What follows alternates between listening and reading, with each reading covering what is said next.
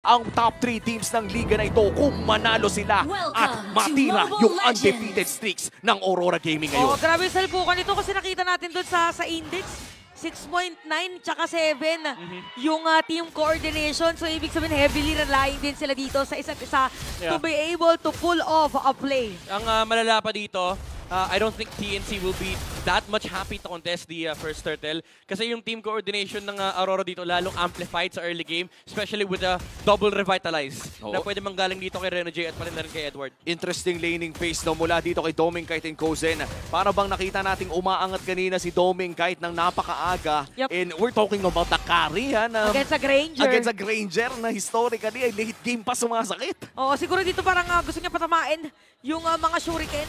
So ngayon, tahimik muna ulit ang ating Land of Dawn. Oo, parang hindi pa talaga nila susubukang magsimula ng mga laban pa. Si Yawi ay magpo-provide lamang ng vision. Pero nagsastocks na agad ng maaga si Yue. Demon Kite, mukhang susubukang mangagaw. Sakit na agad nung Soul Saver na nanggagaling dito sa Suyu. Wala pa yung mga first turtle ng mga formation na tinitignan natin. Kaya ikot-ikot lang muna sa Land of Dawn. Grabe si Edward, sabi niya, wala, dito lang ako, nagre-regen ako dito eh. Oo, tapos ayun, speaking of regen, dumiretso lang din na gamit ng kanyang regen na nga. Yeah, malaki yan, though. Malaki yan, kasi 1 down for the turtle fight. So, it does help TNC in the long run. Kasi ngayon, pwede na nila ilaban yung turtle. Wala na yung double repeat problem. Okay, si Reno J dito ay mawavoke. Crucial din yun, pero meron pa namang another revitalize para dito sa Aurora. Ngayon, TNC naman ay continues ang kanilang pag-poke against Aurora. Nakakainis din yung double revitalize na yan. Nung unang ni-introduce yan, para kang may nether realm na lahat nabubuhay kung dikit-dikit. And pwede itong gawin ng Aurora Gaming at sanay naman na sa UB, mga manlalarong ito. Pero ang turtle mukhang libre itong makukuha ng Aurora. That's the first turtle going to the hands of Aurora Gaming. At mukhang tiis pogi jutsu muna para sa TNC Pro Team. Yeah, kailangan lang din talaga nila mag-relax. Again, ang idea para dito is hayaan mo lang tumaba yung Nolan. Kasi at the end of the day, kaya naman nilang i-burst as long as may item dito si Zyda. And ang crucial na hinihintay nila dito is yung mga anti-heal items like yung Glowing Wand, yung Sea Halberd na pwedeng lumabas mula din sa Nolan. Ang worry mo, pinakamalaking worry mo for TNC is if magkaroon ng enough lead dito yung Aurora na mag-snowball lang sila with the carry. Kasi mas mabilis aabot yung late game for Aurora Gaming. Yung carry din kasi talaga, the moment na makakuha ng at least 2 items, hindi na siya katulad ng Claude na 3 items pa talaga bago sumakit eh. Ito, parang 1 attack speed item plus golden snap, rock na agad.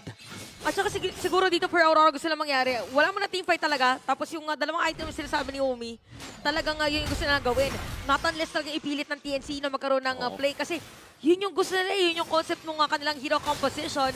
And look at that, parang setting up lang talaga dito yung dalawang teams natin na patabain yung kanilang mga gold laners. Tsaka napaka-defensive ng ikot dito ni Yawi, no? Sobrang iba sa pinakita niya nung game number 2 kung saan naghahanap siya constantly ng mga pwedeng sipain. This time, binapantayan lang niya yung mga pwedeng daanan ng mga kalaban. Respeto lang din to sa early game prowess ni Aurora. Even though sabihin natin, yes, yung damage output mas mataas sa side ng TNC. Ang problema kasi nagko-compensate yung Aurora with the defensive capabilities, with the high loss, again yung double revit.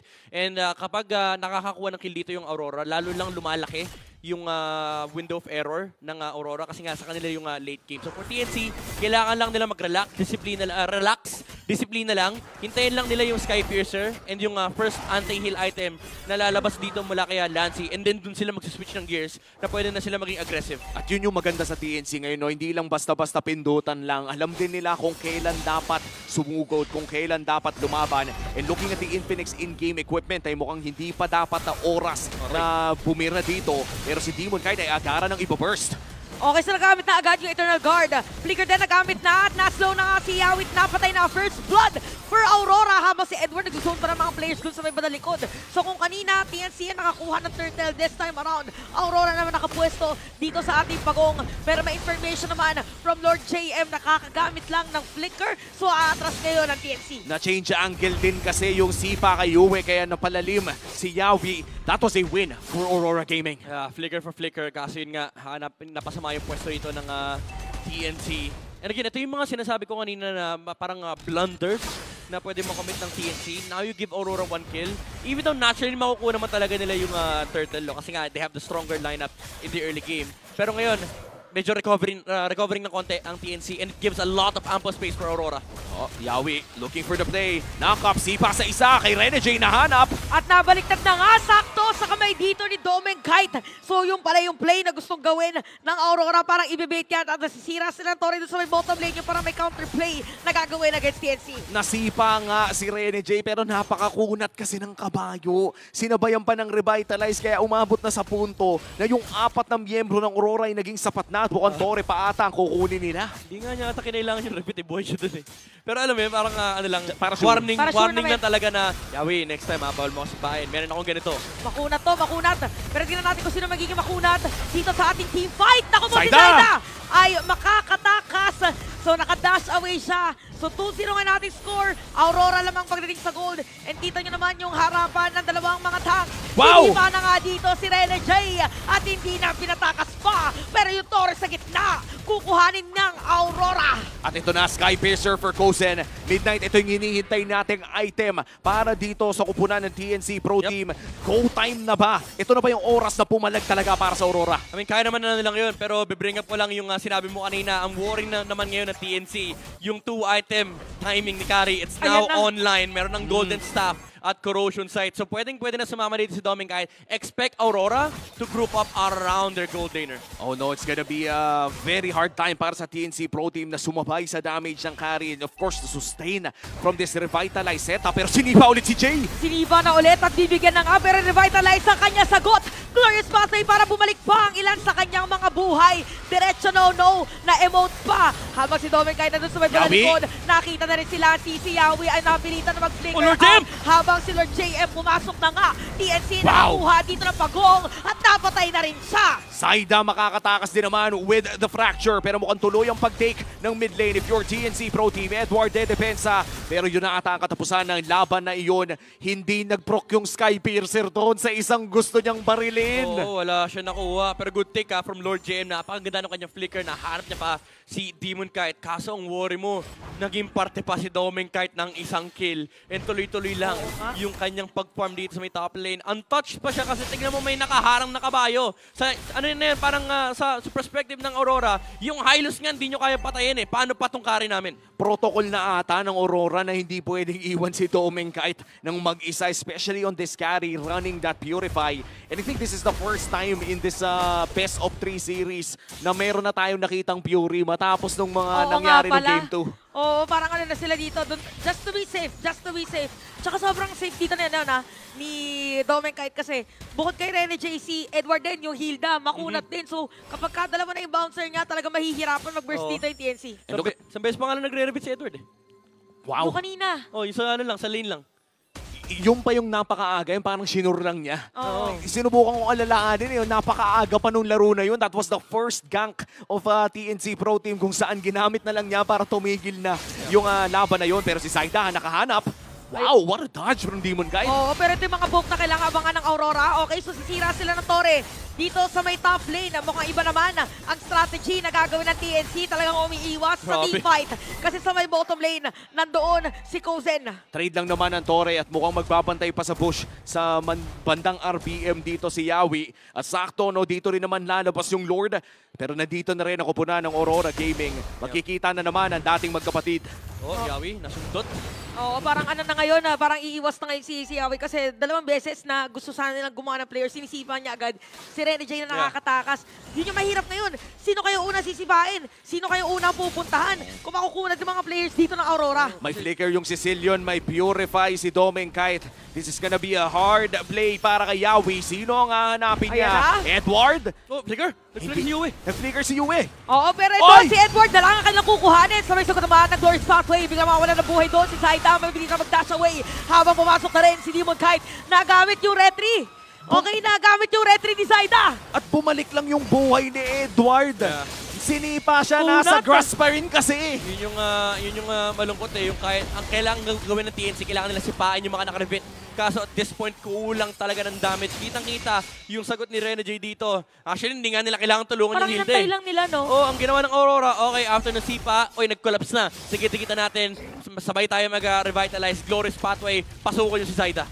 Grabe. At nahirapan talaga ang TNC Pro Team. Pinato na ang lahat at hindi pa rin bumagsak si Edward on this Hilda. Kapag kulang talaga sa lakas ay kumapit sa grass at nandoon si Edward sa sitwasyong iyon. Oo, tapos yung TNC para mapatay si Hilda, kailangan nilang kumain ng maraming bigas. Tama. Mag-farm, basically. Mag-farm na Oo. para lang madagdagan pa. And for TNC Pro Team, kung magdedep muna sila dito sa pinakaunang Lord, may wave clear naman sila. And in fact, si Doming Kite, alam nila na nandito sa may bandang ibaba. Kaya naman si Kozen ay sinasamahan na rin ng mga ibang miyembro ng TNC. Isang malupitang dep lang to. Medyo concerned ako sa ginagawa ng TNC ngayon. Yung dalawang core nila, they're heading straight to the Blade of Despair. I mean, that's more damage. Pero parang isa lang yung pinanggagalingan ng source ng kanilang anti-heal. It's just the glowing wand mula rito kay Vexana. So baka yung pa yung maging downfall nila na meron kang damage, pero pinakamalaking problema talaga dito is yung revitalize na nanggagaling. Yung double revit mula kay Rene G and Edward. Oo, tas Girls Pathway pa, no? So pwede diretsuhin talaga anytime. So madedepensa naman ng TNC dito yung Lord. So kapit sa cellphone muna dito ang TNC. Ang ganda din kasi talaga ng wave clear ni Lancy at pati na rin ni Kozen. Ito ang kapangyarihan ng Granger plus the Vexana. Yung kahit dumating basta dikit-dikit yung mga minions ay madali nilang mapapasabog ang mga ito. Pero habang tumatagal ang ating laro, tandaan natin na si Cillian na naman ang gamit ni Yue. Low-key lang nito pero rock. Oo, tama. Tama. Kumaga kanina pa natin binibitas, Demon Kite, yung double revit, yung carry na scaling, meron pang damage glitch. Oo. Ito yung walang scaling. Walang nire-respeto na na timers. Oo nga pala. So ang dami na nila dito pag shred against TNC. Pero depende kung paano magiging layering dito ng TNC in terms of the skills. Pero yun, level 11 si Rene J. Parang sumama yata yung loob, hindi na magamit ng Chu eh. Oo, tsaka bukod dyan, yung nakasalalay dito, yung undefeated na kabayo, min. Oo nga pala. Wala pang nadadrop na laro ang kabayong ito, currently 4-0. At kung sisilipin natin ang stacks ng isang Granger, nasa 500 pa lang naman, hindi na masama. Pero mamaya lamang ay tataas pa yan. Ayan ang medyo masakit. Oo, nakakatakot. I mean, 12 minutes, 189 stacks. Not really that scary, pero alam mo sa current state ng game na hindi rin naman kasi lamang yung TNC, dapat sila matakot. Oh, tapos meron pang Wishing Lantern. Sakto dun kay sa hero ni Lord JM tsaka ni Yawi. Yep. So poke lang ng poke, pagalingan mag-poke. Ito yung masakit kahit yung first stack pa lang ng Bats Impact eh. Yung basta may Impure Rage, tapos may Wishing Lantern, masakit na yan, sir. Parang kang binato ng stars. Tapos, ito stars. May mga kasunod pang paniki yun eh, mga lumilipad. Global pa yun. Yun yung galing sa Wishing Lantern, nakakainis yun kasi HP percentage. So if you add that to Impure Rage, kahit gaano kakakunat, masakit talaga yung lapag ng damage na yun. Tingnan natin, abangan natin pagkurot ni Yue dito and the rest of Aurora. Pero parang, okay, may gagawin yata yung TNC trip to Jerusalem. Yawi. Ang ating nakikita. Timo Kite! At nakita na nga dito si Timo Kite. At nakatakas pa. Glorious pathway. Road to the victory. Nakababa na dito sa Aurora. Habang umaalis sa mga players sa TNC. Sakop naman dun sa pwesto ng Lord. Nakahanap nga ng angulo pero nahirapan pa rin tapusin. What a dodge coming in from Demon Kite. Grabe. At yung Lord ay napunta pa nga sa Aurora. Grabe, third skill para ma-dodge niya yung knock-up ng Flicker and nung umabot na yung nilakad ni Yawi para masipa lang si Demon Kite. Pero may first skill pabalik. So yung yung angulo na naman ng sipa, mali na naman, palayo sa TNC. Parang ang hirap pala mag-chow dito sa larong to. Nung iniisip ko, kahit sinong sipain mo, ang hirap patayin. Kapag sinipa mo si Demon Kite, may Pantaka. Si Doming Kite, may Fury. Si Yue, may Flicker. At siguro si Yue na yung pinakasagot. Pero 1-0-3 pa. Up until now ay hindi pa rin napipitas. Kaya naman Lord ay nasa mid lane na. Side na sinubukan mag-cut, sinubukan pumatay. Pero isang inhibitor turret na ata ang mawawala sa side ng TNC Pro Team. May mga waves pang paparating. Lipat tayo ng bottom lane. Meron pang top lane. Only push ang ginagawa ng Aurora. Okay, disiplina muna ang paiiralin dito na ng Aurora. Pero para dito sa side naman ng TNC, parang ito na yung mga moments na kailangan nilang kuhanin. Mga resources, kaso ang dami nakapalibot eh. Oo. May kabayo ka na, may Hilda pa, tapos may paniki pa. Yeah. Di ba, Shuriken naghalo-halo na. Tsaka kailangan nila matakot talaga sa safety ng kanilang base kasi in contrast sa kanilang lineup, meron silang Granger. Sa kabila, may marksman na kayang bumanat talaga ng Torre. Na kapag hindi nila masagot yung mga front lines ng Aurora, na kapag inabantayan sila ni Rene J at ni Edward, may marksman na tumitira ng torre. At ito yung pang base lock talaga na hero eh. Yung pag nakita mo bumi-base lock na hindi mo na kailangan isipin pa kung Pipindutin mo matatapos. na lang yun yung tower lock. Pipindutin mo na lang tapos China-Chani na I think na nagpa-flashback tuloy sa akin yung mga Benny Cutie backdoor plays. Ay, oo nga pala. Na malakari yung ginagamit niya madalas. Na syempre no, medyo naaamoy-amoy pa lang natin ang bagyong paparating. Pero for TNC Pro Team, ay mukhang mahihirapan pa silang dumepensa dito. Naku. At least isang inhibitor turret lang yung nakuha. Kaya nga may win. Ito yung literal. Yung kapag nakapasok. win. Alam mo yung sa POV ni Dominkite, may umapak lang na minion sa base ng TNC. Ulti, pindot ng Fury, pindot ng Winchan. Free hit, balik Tower buhay, that's hit. it. Oh, that's it. Mapapasigaw na naman ako. Oh, that's it. 40. That's it. Kanino kayang team mapapasigaw ng that's it? Si Midnight. Most likely for Aurora, but for TNC, meron naman silang explosive na play dito. No? Pwede pa rin silang makahanap ng pitas. And that's the power of having this show. And tanda natin si Cozen pretty much farmed up already as well. Looking at his items, kompleto na rin. May Sea Halberd pa siyang kinuha para madagdagan. At siya nga ang ating BPI Gold Leader. So kung titignan natin ang TNC Pro Team, kung may makuha lang na isa, siguro best case scenario, you get UA. May chance pa ata to. Oh, grabe dito no. Parang hindi din talaga masyado nag-force ng teamfight yung Aurora kasi iniiwasan na magkaroon ng stock yung Sky Piercer. Yeah. Kaya pagdating sa teamfight, parang hindi natin masyado nakikita pa na activated si Cozen. The only kill that they have is yung isang kill pa lang dito ni Cozen. Pero tignan natin kung magbabago yan.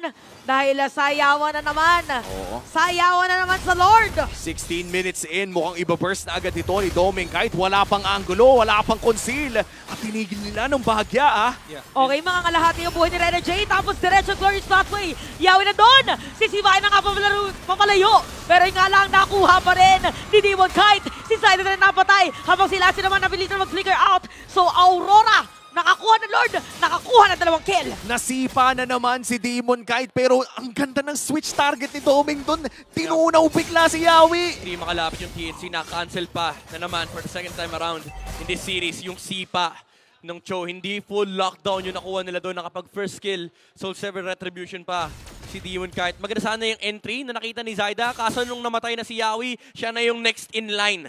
Kitang-kita siya ni Dominkite, kitang-kita siya ni Yue. And lalo pat may support din ng Revitalize under the 2 tanks ng frontline ng Aurora. Wala talaga silang kinakatakutan. Okay, diretso na ngayon. Ang liwanag. Glorious Pathway na naman.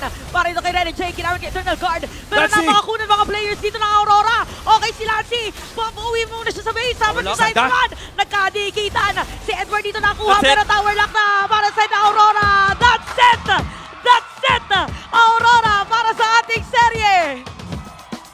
At nabawi na nga ng Aurora, nagtutuloy at magpapatuloy ang kanilang undefeated streak. Sasamahan nila ang TLPH sa mga undefeated sa ating liga.